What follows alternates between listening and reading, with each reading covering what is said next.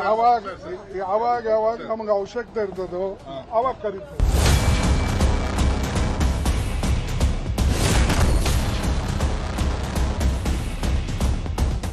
ಮುಖ್ಯಮಂತ್ರಿ ಅಥವಾ ಉಪಮುಖ್ಯಮಂತ್ರಿಯವರನ್ನ ಯಾವಾಗ ಅವಶ್ಯಕತೆ ಇರುತ್ತೋ ನಮಗೆ ಆವಾಗ ನಾವು ಕರೆಸ್ಕೊಂತೀವಿ ದೆಹಲಿಗೆ ಅನ್ನುವಂತಹ ಮಾತನ್ನು ಎಐಸಿಸಿ ಅಧ್ಯಕ್ಷರಾಗಿರ್ತಕ್ಕಂತಹ ಮಲ್ಲಿಕಾರ್ಜುನ ಖರ್ಗೆ ಅವರು ಹೇಳಿದ್ದಾರೆ. ಮುಖ್ಯಮಂತ್ರಿ ಸಿದ್ದರಾಮಯ್ಯನವರು ಒಂದು ಕಡೆಯಲ್ಲಿ ಸಚಿವ ಸಂಪುಟ ಪುನರ್ರಚನೆಗೆ ಬೇಕಾದಂತಹ ಪ್ರಯತ್ನಗಳನ್ನು ಆರಂಭಿಸಿದ್ದಾರೆ. ಅದಕ್ಕೆ ಬೇಕಾದಂಥ ತಯಾರಿ ನಡೀತಾ ಇದೆ, ತಾಲೀಮು ಮಾಡ್ತಾ ಇದ್ದಾರೆ. ಹೊಸ ಸಚಿವರುಗಳನ್ನು, ಹೊಸ ಶಾಸಕರುಗಳಿಗೆ ಸಚಿವ ಸ್ಥಾನವನ್ನು ಕೊಡಿಸುವಂತಹ ಪ್ರಯತ್ನಕ್ಕೆ ಸಿದ್ದರಾಮಯ್ಯನವರು ಮುಂದಾಗಿರುವುದು ಸ್ಪಷ್ಟವಾಗಿ ಗೋಚರಿಸ್ತಾ ಇದೆ. ಉಪಮುಖ್ಯಮಂತ್ರಿಯವರ ಕತೆ ಏನು? ಅವರು ಮುಖ್ಯಮಂತ್ರಿ ಆಗ್ಬಿಡ್ತಾರಾ? ಈ ಪ್ರಶ್ನೆಗೆ ಉತ್ತರ ಸದ್ಯಕ್ಕಂತೂ ಸಿಗ್ತಾ ಇಲ್ಲ. ಆದರೆ ಅಂಥದ್ದೊಂದು ಪ್ರಯತ್ನ ಶಿವಕುಮಾರ್ ಅವರ ಕಡೆಯಿಂದ ನಡೀತಾನೆ ಇದೆ.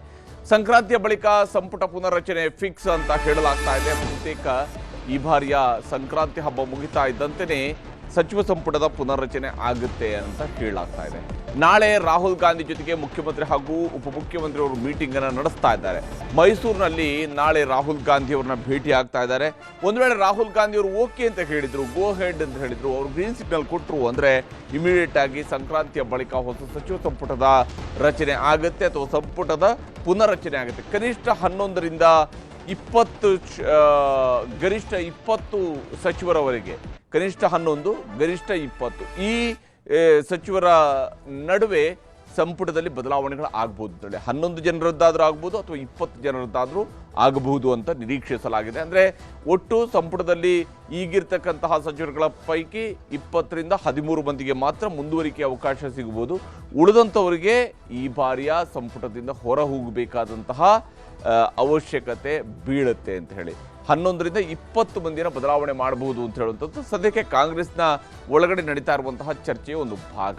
ಹಾಗಾದರೆ ಸಂಕ್ರಾಂತಿ ಫಿಕ್ಸ್ ಆಯ್ತಾ ಅಂತ ಹೇಳಿ, ಯಾಕಂದರೆ ನವೆಂಬರ್ನಲ್ಲಿ ಕ್ರಾಂತಿ ಆಗೇ ಬಿಡುತ್ತೆ. ಇದು ಶಿವಕುಮಾರ್ ಅವರ ಪರಾಪ್ತರು ಹೇಳ್ತಾ ಇದ್ದಂಥ ಮಾತು. ನವೆಂಬರ್ನಲ್ಲಿ ಕ್ರಾಂತಿ ಆಗೋಗ್ಬಿಡುತ್ತೆ ಅಂತ ಹೇಳ್ತಾ ಇದ್ದಾರೆ. ಆದರೆ 2.5 ವರ್ಷ ಪೂರ್ಣಗೊಂಡಿದೆ. ಅರಸು ದಾಖಲೆ ಮುರಿದಿರ್ತಕ್ಕಂತಹ ಮುಖ್ಯಮಂತ್ರಿ ಸಿದ್ದರಾಮಯ್ಯನವರು ಫುಲ್ ಆಕ್ಟಿವ್ ಆಗಿದ್ದಾರೆ. ಇಲ್ಲಿ 2.5 ವರ್ಷ ಈಗಾಗಲೇ ಸರ್ಕಾರಕ್ಕೆ ಪೂರ್ಣಗೊಂಡು 2.5 ವರ್ಷದ ಮೇಲ್ಗಡೆ ಮತ್ತು 2 ತಿಂಗಳಾಗ್ತಾ ಬಂತು. ಇದೇ ಸಂದರ್ಭದಲ್ಲಿ ಸಿದ್ದರಾಮಯ್ಯನವರು ದೇವರಾಜ ಅರಸು ಅವರ ಹೆಸರಿನಲ್ಲಿದ್ದಂತಹ ಸುದೀರ್ಘ ಅವಧಿಯ ಮುಖ್ಯಮಂತ್ರಿ ದಾಖಲೆಯನ್ನು ಮುರಿದಿದ್ದಾರೆ. ಹೀಗಿರುವಾಗ ಸಿದ್ದರಾಮಯ್ಯನವರ ಸಂಪುಟ ಪುನರ್ರಚನೆ ವಿಚಾರ ಮತ್ತೆ ಮುನ್ನೆಲೆಗೆ ಬಂದಿದೆ. ಸಿದ್ದರಾಮಯ್ಯನವರು ಸಂಪುಟ ಪುನರ್ರಚನೆ ಕೈ ಹಾಕ್ತಾರೆ.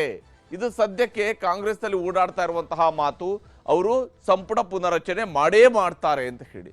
ಸಂಪುಟ ಪುನರ್ರಚನೆ ಆಗೇ ಆಗತ್ತೆ. ಸಚಿವರುಗಳನ್ನ ಕೆಲವರನ್ನ ಕೈ ಬಿಡ್ತಾರೆ, ಮತ್ತಷ್ಟು ಸಚಿವರುಗಳಿಗೆ ಅವಕಾಶ ಸಿಗುತ್ತೆ ಅಂತೇಳಿ. ನಾಳೆ ಮೈಸೂರಿನಲ್ಲಿ ರಾಹುಲ್ ಗಾಂಧಿ ಅವರನ್ನ ಭೇಟಿಯಾಗಲಿದ್ದಾರೆ ಮುಖ್ಯಮಂತ್ರಿ ಹಾಗೂ ಉಪಮುಖ್ಯಮಂತ್ರಿ. ಇಬ್ಬರು ಕೂಡ ನಾಳೆ ಮೈಸೂರಿನಲ್ಲಿ ರಾಹುಲ್ ಗಾಂಧಿ ಅವರನ್ನ ಭೇಟಿ ಆಗ್ತಾ ಇದ್ದಾರೆ. ನಾಳೆ ಮೈಸೂರಿನಲ್ಲಿ ರಾಹುಲ್ ಗಾಂಧಿ ಅವರನ್ನ ಭೇಟಿ ಮಾಡಲಿದ್ದಾರೆ ಸಿಎಂ ಹಾಗೂ ಡಿಸಿಎಂ. ಮೈಸೂರು ವಿಮಾನ ನಿಲ್ದಾಣದಲ್ಲಿ ರಾಹುಲ್ ಗಾಂಧಿ ಅವರ ಭೇಟಿಗೆ ಸಮಯ ನಿಗದಿಯಾಗಿದೆ. ರಾಹುಲ್ ಗಾಂಧಿ ಅವರು ತಮಿಳುನಾಡಿನ ಕಡೆಗೆ ಹೋಗ್ತಾ ಇದ್ದಾರೆ. ಅದಕ್ಕಿಂತ ಮುಂಚಿತವಾಗಿ ಅವರನ್ನ ಮೈಸೂರಿನಲ್ಲಿ ಭೇಟಿಯಾಗೋದಕ್ಕೆ ಸಿಎಂ ಮತ್ತು ಡಿಸಿಎಂ ತಯಾರಾಗಿದ್ದಾರೆ. ರಾಹುಲ್ ಗಾಂಧಿ ಅವರು ಮೈಸೂರು ವಿಮಾನ ನಿಲ್ದಾಣದಲ್ಲಿ ಇಳಿತಾ ಇದ್ದಂತೆಯೇ ಅವರನ್ನ ಸ್ವಾಗತಿಸೋದಕ್ಕೆ ಮುಖ್ಯಮಂತ್ರಿ ಹಾಗೂ ಉಪಮುಖ್ಯಮಂತ್ರಿ ಇಬ್ಬರು ಕೂಡ ಮೈಸೂರಿಗೆ ತೆರಳುತ್ತಾ ಇದ್ದಾರೆ. ದೆಹಲಿಯಿಂದ ಮೈಸೂರಿಗೆ ಬಂದು ಅಲ್ಲಿಂದ ತಮಿಳುನಾಡಿನ ಗುಡ್ಲೂರಿಗೆ ರಾಹುಲ್ ಗಾಂಧಿ ಅವರು ಹೋಗ್ತಾ ಇದ್ದಾರೆ. ಗುಡಲೂರಿಗೆ ಹೋಗ್ತಾ ಇದ್ದಾರೆ ರಾಹುಲ್ ಗಾಂಧಿ ಅವರು. ಹೀಗಿರುವಾಗ ದೆಹಲಿಯಿಂದ ಮೈಸೂರಿಗೆ ಬರ್ತಾ ಇದ್ದಂತೆಯೇ ಮೈಸೂರಿನಲ್ಲಿ ಕೆಲ ಹೊತ್ತು ಅವ್ರ ಜೊತೆಗೆ ಮಾತುಕತೆ ನಡೆಸಬೇಕು ಅನ್ನೋಂಥದ್ದು ಸಿದ್ದರಾಮಯ್ಯನವರು ಮಾಡ್ಕೊಂಡಿರುವಂತಹ ತಯಾರಿ. ಹಾಗೆಯೇ ಉಪಮುಖ್ಯಮಂತ್ರಿಗಳಾಗಿರುವಂತಹ ಡಿ ಕೆ ಶಿವಕುಮಾರ್ ಅವರು ಮಾಡ್ಕೊಂಡಿರುವಂತಹ ತಯಾರಿ. ಮೈಸೂರು ವಿಮಾನ ನಿಲ್ದಾಣದಲ್ಲಿ ಕೆಲ ಹೊತ್ತು ಸಭೆ ನಡೆಸೋದಕ್ಕೂ ಕೂಡ ತಯಾರಿಯನ್ನ ಮಾಡ್ಕೊಂಡಿದ್ದಾರೆ. ಇಬ್ಬರು ನಾಯಕರು ಕೂಡ ರಾಹುಲ್ ಗಾಂಧಿ ಅವರನ್ನ ಭೇಟಿ ಆಗ್ತಾರೆ. ಅವ್ರ ಜೊತೆಗೆ ಮಾತುಕತೆಯನ್ನು ನಡೆಸಬಹುದು. ಮೈಸೂರು ವಿಮಾನ ನಿಲ್ದಾಣದಲ್ಲಿ ಕೆಲ ಹೊತ್ತು ಮಾತುಕತೆಯನ್ನು ನಡೆಸಬಹುದು. ಇದರಲ್ಲಿ ಬಹಳ ಮುಖ್ಯವಾಗಿ ಇರಬಹುದಾಗಿರ್ತಕ್ಕಂತಹ ಸಬ್ಜೆಕ್ಟ್, ನಿಜಕ್ಕೂ ಇದನ್ನೇ ಇವರು ಮಾತಾಡ್ತಾರೆ ರಾಹುಲ್ ಗಾಂಧಿ ಅವರ ಮುಂದೆ, ಅದನ್ನು ನೋಡಬೇಕು. ಆದರೆ ಸದ್ಯಕ್ಕೆ ಇವರ ಮುಂದಿರತಕ್ಕಂಥ ಸಬ್ಜೆಕ್ಟ್ಗಳು ಹೀಗಿದ್ದಾವೆ. ಒಂದು, ಅಧಿಕಾರ ಹಂಚಿಕೆಯ ಬಗ್ಗೆ ಚರ್ಚೆಯನ್ನ ನಡೆಸಬಹುದು ಅಂತೇಳಿ ಅಧಿಕಾರ ಹಂಚಿಕೆ ವಿಚಾರವನ್ನ ರಾಹುಲ್ ಗಾಂಧಿ ಅವರ ಸಮ್ಮುಖದಲ್ಲಿ ಪ್ರಸ್ತಾಪ ಮಾಡಬಹುದು. ಎರಡನೇದು, ಸಂಪುಟ ಪುನರ್ರಚನೆ ವಿಚಾರವನ್ನು ಪ್ರಸ್ತಾಪ ಮಾಡಬಹುದು. ಒಂದನ್ನು ಉಪಮುಖ್ಯಮಂತ್ರಿಯವರು ಮಾಡಿದರೆ ಮತ್ತೊಂದನ್ನು ಮುಖ್ಯಮಂತ್ರಿಯವರು ಪ್ರಸ್ತಾಪ ಮಾಡಬಹುದು. ಜಿಬಿಎ ಹಾಗೂ ಸ್ಥಳೀಯ ಸಂಸ್ಥೆಗಳ ಚುನಾವಣೆಯ ವಿಚಾರದಲ್ಲೂ ಕೂಡ ರಾಹುಲ್ ಗಾಂಧಿ ಅವರ ಜೊತೆಗೆ ಪಕ್ಷದ ಸಂಘಟನೆ, ಪಕ್ಷದ ಸಾಮರ್ಥ್ಯ, ಪಕ್ಷದ ಗೆಲುವಿನ ಸಾಧ್ಯತೆ, ಈ ವಿಚಾರಗಳ ಬಗ್ಗೆ ಚರ್ಚೆಯನ್ನು ನಡೆಸಬಹುದು. ಜಾತಿ ಸಮೀಕ್ಷೆಯ ಬಗ್ಗೆಯೂ ಕೂಡ ಪ್ರಸ್ತಾಪ ಮಾಡಬಹುದು. ಜಾತಿ ಸಮೀಕ್ಷೆ ಕರ್ನಾಟಕದಲ್ಲಿ ಆಗೋಗಿದೆ. ಅದನ್ನು ನಾವು ಯಾವ ಸ್ವರೂಪದಲ್ಲಿ ಹೊರಗಡೆ ತರ್ತಾ ಇದ್ದೀವಿ ಅನ್ನೋದ್ರ ಬಗ್ಗೆ ಕೂಡ ಪ್ರಸ್ತಾಪ ಆಗ್ಬೋದು. ಇನ್ನು ಬಜೆಟ್ ಮಂಡನೆಯ ಬಗ್ಗೆ ಸಿದ್ದರಾಮಯ್ಯವರು ಪ್ರಸ್ತಾಪಿಸಬಹುದು. ಮನ್ರೇಗಾ ಹೋರಾಟದ ಬಗ್ಗೆ ಉಪಮುಖ್ಯಮಂತ್ರಿ ಶಿವಕುಮಾರ್ ಅವರು ಪ್ರಸ್ತಾಪ ಮಾಡಬಹುದು. ಬಳ್ಳಾರಿ ರೆಡ್ಡಿಯ ಮನೆ ಮುಂದಿನ ಗಲಾಟೆ ವಿಚಾರವೂ ಕೂಡ ಚರ್ಚೆಗೆ ಬರುವ ಸಾಧ್ಯತೆಗಳಿರ್ತವೆ. ಪ್ರಸಕ್ತ ರಾಜ್ಯ ರಾಜಕೀಯದ ವಿದ್ಯಮಾನಗಳ ಬಗ್ಗೆಯೂ ಕೂಡ ರಾಹುಲ್ ಗಾಂಧಿ ಅವರಿಗೆ ಮನವರಿಕೆ ಮಾಡಿಕೊಡುವಂತಹ ಪ್ರಯತ್ನವನ್ನು ಉಭಯ ನಾಯಕರುಗಳು ಮಾಡಬಹುದು. ಬಹಳ ಪ್ರಮುಖವಾಗಿ ಇವರಿಬ್ಬರು ಕೂಡ ರಾಹುಲ್ ಗಾಂಧಿ ಅವರನ್ನ ಭೇಟಿ ಆಗೋದಕ್ಕೆ, ಅವರನ್ನ ಸ್ವಾಗತಿಸೋದಕ್ಕೆ ಮೈಸೂರಿಗೆ ತೆರಳುತ್ತಾ ಇದ್ದಾರೆ. ಮೈಸೂರಿನಲ್ಲಿನೇ ರಾಹುಲ್ ಗಾಂಧಿ ಅವರನ್ನ ಭೇಟಿ ಆಗ್ತಾ ಇದ್ದಾರೆ. ಹೀಗಿರುವಾಗ ಈ ಎಲ್ಲ ಸಭೆ ಒಂದು ಕಡೆ ಆದರೆ ರಾಹುಲ್ ಗಾಂಧಿ ಅವರ ಜೊತೆಗಿನ ನಾಳೆಯ ಸಭೆಯಲ್ಲಿ ಎಲ್ಲಕ್ಕೂ ಅಂತಿಮ ಮುದ್ರೆ ಸಿಕ್ಕಿಬಿಡುತ್ತೆ ಅಂತ ಹೇಳಕ್ಕಾಗೋದಿಲ್ಲ. ಒಂದು ವೇಳೆ ಅವರು ಸಂಪುಟ ಪುನರಚನೆಗೆ ಒಪ್ಪಿಗೆಯನ್ನು ಸೂಚಿಸಿದ್ರು ಅಂತ ಹೇಳಿ ಆದರೆ ಆಗ ಸಹಜವಾಗಿಯೇ ಮುಖ್ಯಮಂತ್ರಿಯವರು ಮತ್ತೊಂದು ರೌಂಡ್ ದೆಹಲಿಗೆ ಹೋಗ್ಬೋದು. ಸಿಎಂ ಮತ್ತು ಉಪಮುಖ್ಯಮಂತ್ರಿ ಇಬ್ಬರು ಕೂಡ ದೆಹಲಿಗೆ ಹೋಗ್ಬೋದು. ನಾಳೆ ರಾಹುಲ್ ಗಾಂಧಿ ಭೇಟಿಯ ಬಳಿಕ ದೆಹಲಿ ಭೇಟಿಗೆ ಮತ್ತೊಂದು ದಿನಾಂಕವನ್ನು ಫಿಕ್ಸ್ ಮಾಡ್ಕೊಳ್ಬಹುದು. ದೆಹಲಿಯಲ್ಲಿ ಹೋಗಿ ರಾಹುಲ್ ಗಾಂಧಿ ಅವರನ್ನ ಭೇಟಿ ಆಗೋದಕ್ಕೂ ಕೂಡ ದಿನಾಂಕವನ್ನು ಫಿಕ್ಸ್ ಮಾಡ್ಕೊಳ್ಬಹುದು, ಅಥವಾ ಇತರೆ ನಾಯಕರನ್ನ ಭೇಟಿ ಆಗಬಹುದು. ದೆಹಲಿಯಲ್ಲಿ ಸೋನಿಯಾ ಗಾಂಧಿ ಹಾಗೂ ಮಲ್ಲಿಕಾರ್ಜುನ ಖರ್ಗೆ ಅವರ ಸಮ್ಮುಖದಲ್ಲೇ ಎಲ್ಲದಕ್ಕೂ ಉತ್ತರವನ್ನು ಪಡ್ಕೊಳ್ಳುವಂತಹ ಪ್ರಯತ್ನವನ್ನು ಸಿದ್ದರಾಮಯ್ಯನವರು ಮತ್ತು ಶಿವಕುಮಾರ್ ಅವರು ಮಾಡ್ಕೊಳ್ಬಹುದು. ಯಾಕಂದ್ರೆ ಶಿವಕುಮಾರ್ ಅವರಿಗೆ ಈ ಕ್ಷಣದಲ್ಲೂ ಕೂಡ ಬಹಳ ವಿಶ್ವಾಸ ಇರುವಂಥದ್ದು ಸೋನಿಯಾ ಗಾಂಧಿ ಅವರ ಬಗ್ಗೆ. ಸೋನಿಯಾ ಗಾಂಧಿ ಅವರು ತನ್ನನ್ನು ಮುಖ್ಯಮಂತ್ರಿ ಮಾಡೇ ಮಾಡ್ತಾರೆ ಅನ್ನುವಂಥ ಅಚಲ ನಂಬಿಕೆಯನ್ನ ಶಿವಕುಮಾರ್ ಅವರು ಇಟ್ಕೊಂಡಿದ್ದಾರೆ. ಈ ಕ್ಷಣದಲ್ಲೂ ಕೂಡ ಹೈಕಮಾಂಡ್ ಗ್ರೀನ್ ಸಿಗ್ನಲ್ ಕೊಟ್ಟರಷ್ಟೇ ಸಂಪುಟ ಪುನರಚನೆ ಆಗುತ್ತೆ. ಒಂದು ವೇಳೆ ರಾಹುಲ್ ಗಾಂಧಿ ಗೋ ಅಹೆಡ್ ಅಂತ ಹೇಳಿದ್ರು ಕೂಡ ಸೋನಿಯಾ ಗಾಂಧಿ ಅವರಿನ ಯಾವ ವಿಚಾರಗಳನ್ನು ಹೇಳ್ತಾರೆ ಅದರ ಆಧಾರದ ಮೇಲೆ ಸಂಪುಟ ಪುನರಚನೆಯ ಭವಿಷ್ಯ ನಿಂತಿರುವಂಥದ್ದು. ಸಂಕ್ರಾಂತಿ ಮರುದಿನವೇ ದೆಹಲಿಗೆ ಶಿವಕುಮಾರ್ ಅವರು ಹಾರಲಿದ್ದಾರೆ. ಅವರು ಕೂಡ ಬಹುತೇಕ 16ನೇ ತಾರೀಕರಂದು ದೆಹಲಿಗೆ ಹೋಗ್ತಾ ಇದ್ದಾರೆ. ದೆಹಲಿಗೆ ಹೋಗಿ ಅಲ್ಲಿ ವರಿಷ್ಠ ನಾಯಕರುಗಳನ್ನು ಭೇಟಿಯಾಗೋದಕ್ಕೆ ಬೇಕಂತ ಪ್ರಯತ್ನವನ್ನ ಶಿವಕುಮಾರ್ ಅವರು ಮಾಡ್ತಾ ಇದ್ದಾರೆ. ಅಸ್ಸಾಂ ಚುನಾವಣೆ ವೀಕ್ಷಕರ ಸಭೆ ಹಿನ್ನೆಲೆಯಲ್ಲಿ ದೆಹಲಿ ಪ್ರವಾಸವನ್ನ ಮಾಡ್ತಾ ಇದ್ದಾರೆ. ಹೇಗಿದ್ರು ಅವ್ರನ್ನ ಅಸ್ಸಾಂನ ಚುನಾವಣೆಯ ವೀಕ್ಷಕರನ್ನಾಗಿ ಕಾಂಗ್ರೆಸ್ ಪಕ್ಷ ನೇಮಕ ಮಾಡಿದೆ. ಈ ಕಾರಣಕ್ಕಾಗಿಯೂ ಕೂಡ ದೆಹಲಿಗೆ ತೆರಳುತ್ತಾ ಇದ್ದಾರೆ. ದೆಹಲಿ ಪ್ರವಾಸದ ಸಂದರ್ಭದಲ್ಲೇ ರಾಹುಲ್ ಗಾಂಧಿ ಜೊತೆಗೂ ಕೂಡ ಮಾತುಕತೆಗೆ ಪ್ರಯತ್ನವನ್ನು ಮಾಡಬಹುದು. ಯಾಕಂದ್ರೆ ಹೈಕಮಾಂಡ್ ಮಟ್ಟದಲ್ಲಿ ಅಸ್ಸಾಂ ಎಲೆಕ್ಷನ್ಗೆ ಸಂಬಂಧಪಟ್ಟಂತಹ ಪ್ರಿಪರೇಷನ್ಸ್ ವಿಚಾರಕ್ಕೆ ಸಂಬಂಧಪಟ್ಟಂತಹ ಸಭೆಯ ಸಂದರ್ಭದಲ್ಲಿ ಶಿವಕುಮಾರ್ ಅವರು ರಾಹುಲ್ ಗಾಂಧಿ ಅವರನ್ನ ಭೇಟಿಯಾಗುವಂತಹ ಅವಕಾಶವನ್ನು ಪಡ್ಕೊಳ್ಬಹುದು. ಜನವರಿ 22ರಂದು ಮತ್ತೆ ದೆಹಲಿಗೆ ಶಿವಕುಮಾರ್ ಅವರು ತೆರಳುವುದಕ್ಕೆ ಪ್ಲಾನ್ ಅನ್ನ ಮಾಡ್ಕೊಂಡಿದ್ದಾರೆ.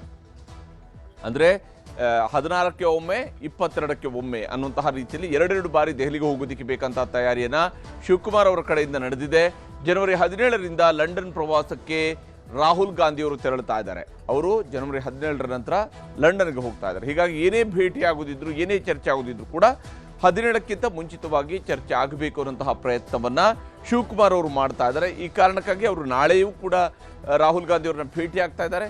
ಬಹುತೇಕ ಅಲ್ಲಿ ಎಷ್ಟರ ಮಟ್ಟಿಗೆ ವಿಸ್ತೃತವಾದಂಥ ಚರ್ಚೆಗೆ ಅವಕಾಶ ಸಿಗುತ್ತೆ ಇಲ್ಲ ನೋಡಬೇಕಿದೆ. ಎಐಸಿಸಿ ಅಧ್ಯಕ್ಷ ಮಲ್ಲಿಕಾರ್ಜುನ ಖರ್ಗೆ ಅವರ ಜೊತೆಗೇನೆ ಶಿವಕುಮಾರ್ ಅವರು ಇವತ್ತು ಓಡಾಡ್ತಾ ಇದ್ರು. ಶಿವಕುಮಾರ್ ಅವರು ನೇರವಾಗಿ ಖರ್ಗೆ ಅವರ ಮನೆಗೆ ಬಂದರು. ಖರ್ಗೆ ಅವರ ಜೊತೆಗೇನೆ ಕಾರ್ನಲ್ಲಿ ಹತ್ಕೊಂಡ್ರು. ಖರ್ಗೆ ಅವರ ಜೊತೆಗೇನೆ ಏರ್ಪೋರ್ಟ್ಗೆ ಹೋದ್ರು. ಅಲ್ಲಿಂದ ನಂತರ ಕಲಬುರಗಿ ತೆರಳಿದ್ರು. ಎಲ್ಲ ಸಂದರ್ಭದಲ್ಲೂ ಕೂಡ ಮಲ್ಲಿಕಾರ್ಜುನ ಖರ್ಗೆ ಅವರ ಜೊತೆಗೇನೆ ಶಿವಕುಮಾರ್ ಅವರು ಓಡಾಡ್ತಾ ಇದ್ದಾರೆ. ಹೀಗೆ ಸಿಎಂ ಹಾಗೂ ಡಿಸಿಎಂ ಇಬ್ರು ಕೂಡ ದೆಹಲಿ ಪ್ರವಾಸ ತಯಾರಿಯನ್ನು ಮಾಡ್ಕೊಂಡಿದ್ದಾರೆ. ಬೆಂಗಳೂರಿನ ಖರ್ಗೆ ಮನೆಯಿಂದ ಜೊತೆಯಲ್ಲಿ ಕಲಬುರಗಿಯೂ ಕೂಡ ಇವತ್ತು ಶಿವಕುಮಾರ್ ಅವರು ಪ್ರಯಾಣವನ್ನು ಬೆಳೆಸಿದ್ದಾರೆ.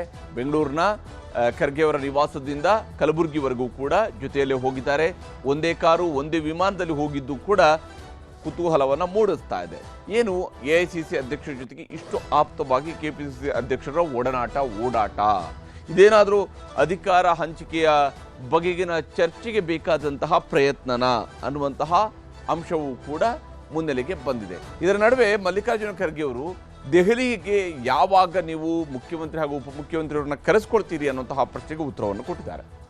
ಅವ್ರೇನು ಹೇಳ್ತಾ ಇದ್ದಾರೆ ಅದಕ್ಕೆ ಉತ್ತರ ಹೋಗೋದಿಲ್ಲ. ನೋಡಿ, ಯಾವಾಗ ನಮ್ಗೆ ಅವಶ್ಯಕತೆ ಇರ್ತದೋ ಅವಾಗ ಕರೀತಾರೆ. ಅವ್ರೇನು ಹೇಳ್ತಾ ಇದ್ದಾರೆ ಅದಕ್ಕೆ ಉತ್ತರ ಹೋಗೋದಿಲ್ಲ. ನೋಡಿ, ಯಾವಾಗ ನಮ್ಗೆ ಅವಶ್ಯಕತೆ ಇರ್ತದೋ ಅವಾಗ ಕರೀತಾರೆ. ಹೀಗೆ ನಮಗೆ ಯಾವಾಗ ಅವಶ್ಯಕತೆ ಇರುತ್ತೋ ಆವಾಗ ಕರ್ಕೊಳ್ತೀವಿ ಅನ್ನುವಂತಹ ಮಾತನ್ನ ಮಲ್ಲಿಕಾರ್ಜುನ ಖರ್ಗೆ ಅವರು ಹೇಳಿದ್ದಾರೆ. ಹಾಗಾಗಿ ಯಾವುದೇ ಗಡುವುಗಳಿಲ್ಲ, ನಾಳೆ ಕರೆಸ್ತೀವಿ, ನಾಡ್ದು ಕರೆಸ್ತೀವಿ, ಈ ತಿಂಗಳ ಒಳಗಡೆ ಕರೆಸ್ತೀವಿ, ಮುಂದಿನ ತಿಂಗಳಲ್ಲಿ ಕರೆಸ್ತೀವಿ ಅಂಥದ್ದೇನಿಲ್ಲ. ನಮ್ಗೆ ಯಾವಾಗ ಅವಶ್ಯಕತೆ ಇದೆಯೋ ಅವಾಗ ಕಳಿಸ್ಕೊಳ್ತೀನಿ ಅಂದ್ಕೊಂಡು, ಹಾಗಾದ್ರೆ ಇವ್ರಿಗೆ ಅವಶ್ಯಕತೆ ಬೀಳದೇ ಇಲ್ಲ ಅಂತ ಹೇಳಿದ್ರೆ ಕಳಿಸ್ಕೊಳ್ಳೋದೇ ಇಲ್ಲ ಅಂತೇಳಿ ಅರ್ಥ ಆಯ್ತು. ಇಲ್ಲಿ ಸಿದ್ದರಾಮಯ್ಯನವರ ಕುರ್ಚಿ ಈಗ ಸೇಫ್ ಆಗುತ್ತಾ? ಇದು ಬಹಳ ದಟ್ಟವಾಗಿರ್ತಕ್ಕಂತಹ ಚರ್ಚೆಯ ಒಂದು ಭಾಗ. ಯಾಕಂದ್ರೆ ಒಂದು ವೇಳೆ ಸಂಪುಟ ಪುನರ್ರಚನೆಗೆ ಅವಕಾಶ ಸಿಕ್ತು ಅಂತ ಹೇಳಿ ಆದ್ರೆ ಅದರ ನೇರವಾದಂತಹ ಒಂದು ಪರಿಣಾಮ ಬೀರುವಂಥದ್ದೇ ಸಿದ್ದರಾಮಯ್ಯನವರ ಕುರ್ಚಿಯ ಮೇಲೆ. ಸಿದ್ದರಾಮಯ್ಯನವರ ಸಂಪುಟ ಪುನರ್ರಚನೆಗೆ ಅನುಮತಿ ಸಿಗುವಂತಹ ಸಾಧ್ಯತೆ ಸದ್ಯಕ್ಕಂತೂ ದಟ್ಟವಾಗಿದೆ. ಮುಖ್ಯಮಂತ್ರಿ ಬದಲಾವಣೆ ಅಲ್ಲ, ಸಂಪುಟದ ಪುನರ್ರಚನೆಯ ಸಾಧ್ಯತೆ ದಟ್ಟವಾಗಿದೆ. ಒಂದು ವೇಳೆ ಸಂಪುಟ ಪುನರ್ರಚನೆ ಆಯ್ತು ಅಂತ ಹೇಳಿ ಆದ್ರೆ ಆಗ ಮುಖ್ಯಮಂತ್ರಿಯವರ ಕುರ್ಚಿ ಕದನಕ್ಕೆ ಆಗ್ತಾ ಇರುವಂತಹ, ಸದ್ಯಕ್ಕೆ ನಡೀತಾ ಇರುವಂತಹ ಕುರ್ಚಿ ಕದನ ಇದೆಯಲ್ಲ, ಅದಕ್ಕೆ ಫುಲ್ ಸ್ಟಾಪ್ ಬೀಳುವಂತಹ ಸಾಧ್ಯತೆ ಗೋಚರಿಸ್ತಾ ಇದೆ. ಸಿದ್ದರಾಮಯ್ಯನವರ ಕುರ್ಚಿ ಅಷ್ಟರ ಮಟ್ಟಿಗೆ ಸೇಫ್ ಆಗಬಹುದು.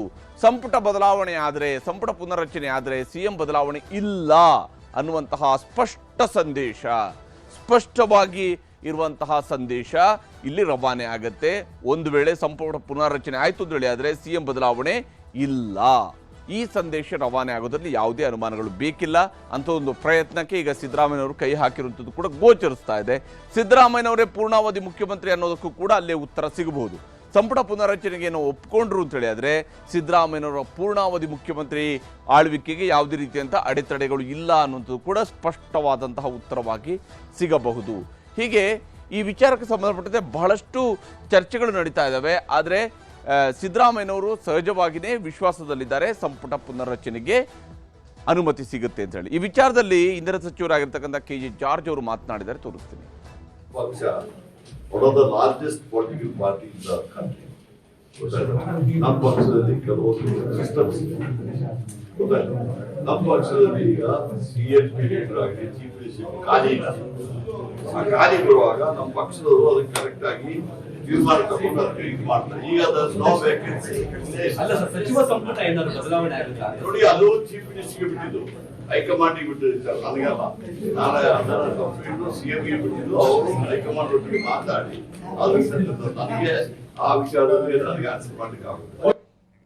ಹೀಗೆ ಇಲ್ಲಿ KJ ಜಾರ್ಜ್ ಅಂತಹ ಹಿರಿಯ ಸಚಿವರುಗಳು ಕೂಡ ಹೇಳ್ತಿರುವಂಥದ್ದು ಒಂದೇ ಮಾತು, ಮುಖ್ಯಮಂತ್ರಿ ಕುರ್ಚಿ ಖಾಲಿ ಇಲ್ಲ. ಹೀಗಾಗಿ ಸಂಪುಟ ಪುನರ್ರಚನೆ ಇವೆಲ್ಲವೂ ಕೂಡ ಮುಖ್ಯಮಂತ್ರಿಯವರಿಗೆ ಬಿಟ್ಟಿರೋ ವಿಚಾರ ಹೊರತು ನಮಗಲ್ಲ. ಆದರೆ ಸದ್ಯಕ್ಕೆ ಮುಖ್ಯಮಂತ್ರಿ ಕುರ್ಚಿ ಖಾಲಿ ಇಲ್ಲ ಅಂತೇಳಿ ಆ ಸಂದೇಶ ಬಹುತೇಕ ಈಗ ಕಾಂಗ್ರೆಸ್ ಹೈಕಮಾಂಡ್ ಕಡೆಯಿಂದಲೂ ಕೂಡ ರವಾನೆ ಆಗುತ್ತಾ? ಬಹುತೇಕ ನಾಳೆ ನಿರ್ಧಾರ ಆಗಬಹುದು ಅನ್ನೋಂಥ ನಿರೀಕ್ಷೆ ಇದೆ.